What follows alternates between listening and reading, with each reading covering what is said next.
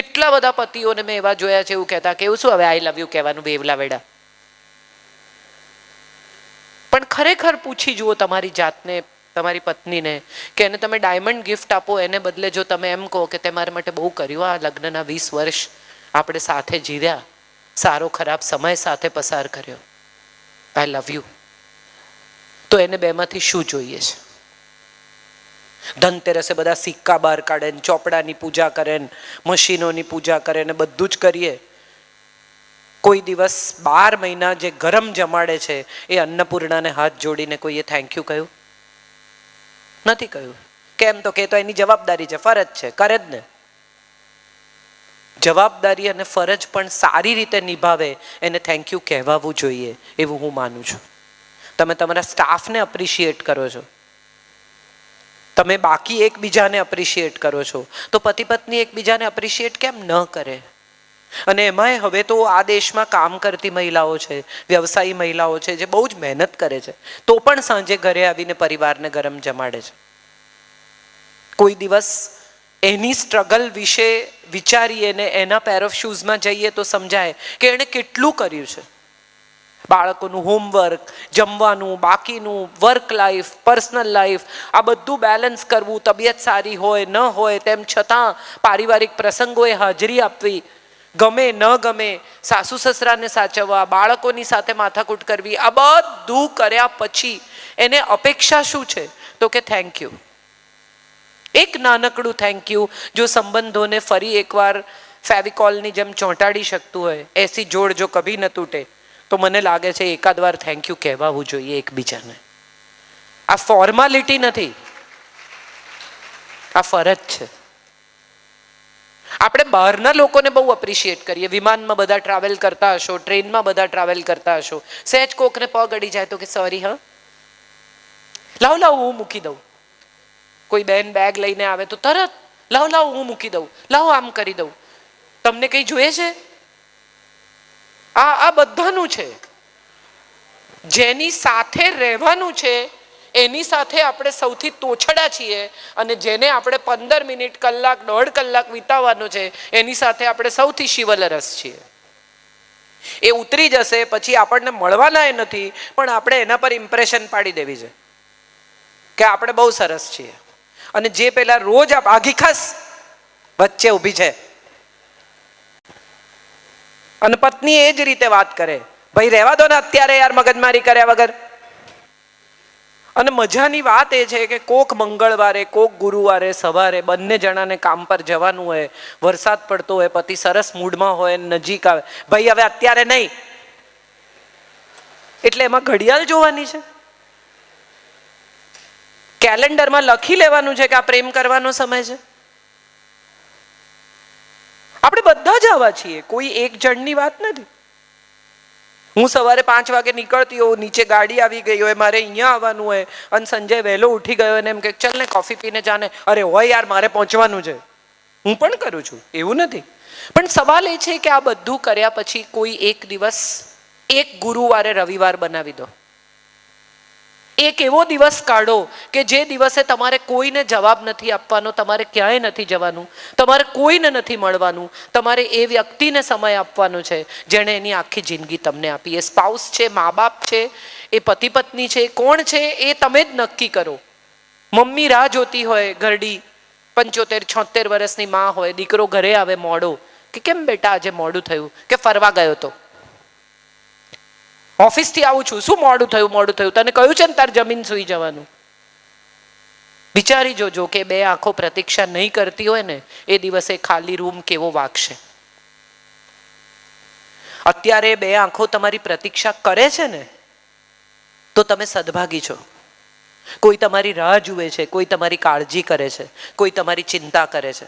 તમે bag pack કરતા હો ને તમને કોઈ પૂછે ને કે પાછા ક્યારે આવવાના, તો અકળાતા નહીં, જાતને સદભાગી માનજો. તમે પાછા ક્યારે આવવાના એવું તમને કોઈ પૂછે છે એનો અર્થ એમ છે કે તમે પાછા આવો એની પ્રતીક્ષા છે. નહીં તો એવો દિવસ હશે કે તમે જ્યાં જવું હોય ત્યાં જાઓ ને, કોઈ તમને પૂછનારું નથી. એકલા હોવાની પીડા શું છે ને એ એને જ સમજાય જે એકલા જીવે છે. મોટા ભાગના લોકોને સ્પાઉસનું મૂલ્ય ત્યારે જ સમજાય છે જ્યારે સ્પાઉસ ન હોય. મોટી ઉંમરે 60-70 વર્ષે જ્યારે સ્પાઉસ ન હોય ત્યારે કે તારી કાકી હતી ને મારું બહુ ધ્યાન રાખતી હતી, અથવા એમ કે તારા કાકા હતા ને અમે દર અઠવાડિયે જતા હતા. આપણે બધા જ સમય ચૂકી ગયા પછી પ્રેમ વ્યક્ત કરવામાં પાવરધા છીએ. મારે એ કહેવું છે કે સમય રહેતા રહેતા તમારા સ્પાઉસને, તમારા સંતાનને, તમારા માતા પિતાને, તમારા મિત્રોને કહી દો કે તમે એમને ચાહો છો, તમે એમનું મૂલ્ય કરો છો. કારણ કે નહીં હોય ને ત્યારે તમને સમજાશે કે અરે આ કહેવાનું તો રહી ગયું, આ તો કહેવાનું હતું, આ તો અભિવ્યક્ત કરવાનું હતું, આ તો આપવાનું હતું. અને આપણા બધા સાથે થાય છે, એવું નથી કે કોઈ એક વ્યક્તિ આમાં જવાબદાર છે. લગભગ દરેક વ્યક્તિ સાથે આ થાય છે. બીજી એક બહુ જ મહત્વની વાત મારે કહેવી છે.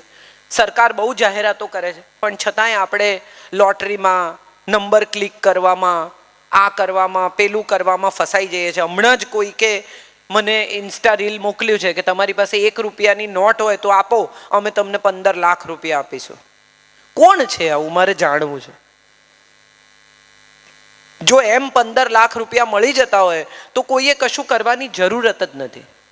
1 રૂપિયાની નોટ તમારી પાસે જૂની છે એટલે તમે એક્સ નંબર પર ક્લિક કરો ને તમને 10 લાખ રૂપિયા મળશે ને તમને 5 લાખ રૂપિયા મળશે. આપણે ખરેખર એટલા મૂર્ખા છીએ? મારા એક બહુ જ અંગત મિત્રના દીકરાએ 27 વર્ષની ઉંમરે સ્યુસાઇડ કર્યું. કેમ? તો કે આ લોટરીમાં ને ઓનલાઈન જુગારમાં સપડાયો અને એટલું બધું દેવું થઈ ગયું છોકરાનું કે ફાધરને કહી શક્યો નહીં. બારણા બંધ કરીને આપણા સંતાનો એમના રૂમમાં શું કરે છે એ જાણવાનો પ્રયત્ન કરવો એ જૂનવાણી નથી, એ બહુ જ નવી પેટર્ન છે. જાગતા મા બાપ એ પોતાના સંતાન વિશે ચિંતિત હોય એમાં કશું જ ખોટું નથી. જાણો, તમારા બાળકના ખાના ખોલવા જોઈએ. જો ટીનેજ બાળક હોય તો એનું દફતર ક્યારેક એની ગેરહાજરીમાં એને અપમાન ન લાગે એમ ચેક થવું જોઈએ. તમને ભલે એમ લાગે કે ના ના હવે તો પ્રાઇવસી, કોઈ પ્રાઇવસી નહીં. એનો ફોન ક્યારેક ખોલીને જોઈ લો. એવું ન થાય કોઈ દિવસ કે તમારે તમારું બાળક ગુમાવવાનો વારો આવે મોડર્ન થવાના ચક્કરમાં. હા, એને અપમાન ન લાગે એટલો પ્રયત્ન કરજો, એને ગુસ્સો ન આવે એટલો પ્રયત્ન કરજો, એટલા સ્માર્ટ મા બાપ થજો કે એને ખબર ન પડે. પણ ચોક્કસ એનું ધ્યાન રાખજો, કારણ કે હવે સમય એવો છે કે તમારા સંસ્કાર કરતાં બહારની દુનિયા વધુ ઇફેક્ટિવ છે. આપણને એમ છે કે આપણા સંસ્કાર આમ છે ને આપણા સંસ્કાર તેમ છે. યસ, તમારા સંસ્કાર છે જ, પણ સાથે સાથે બહારની દુનિયા, પિયર ગ્રુપ એટલું બધું પ્રેશર લઈને આવે છે કે એ બાળકો કશું જ કરી શકતા નથી. 15-17 વર્ષના છોકરાને એના મિત્રો કહે કે છોકરી જે સિગરેટ નથી પીતો એને દૂધની બોટલ આપો, એ તો સિગરેટ નથી પીતો. આ ઈગો પ્રોબ્લેમ છે. અહીંથી એનો પુરુષ જાગે છે અને પહેલી વાર સિગરેટ પીએ છે. એ બિયર નથી પીતો, મમ્મીનો દીકરો, હે ને? તારી મમ્મીને નહીં ગમે, હે ને? ઘરેથી ફોન આવ્યો, જા જા બેટા મમ્મી તારી રાહ જુએ છે. આ બધું જ સાંભળે છોકરું અને એને પ્રૂવ કરવાનું છે કે ના ના એણે ગ્રુપમાં ટકી જવાનું છે, માટે એ જુદી રીતે વર્તે છે. આપણા બાળકને એવું શીખવવું જરૂરી છે કે મા બાપનું કયું માનવું, મા બાપનો ફોન ઉપાડવો, મા બાપ તારી રાહ જોતા હોય તો સમયસર ઘરે આવવું, એ જરાક પણ મમ્મીનો દીકરો, માવડીઓ, મમ્માઝ બોય નથી.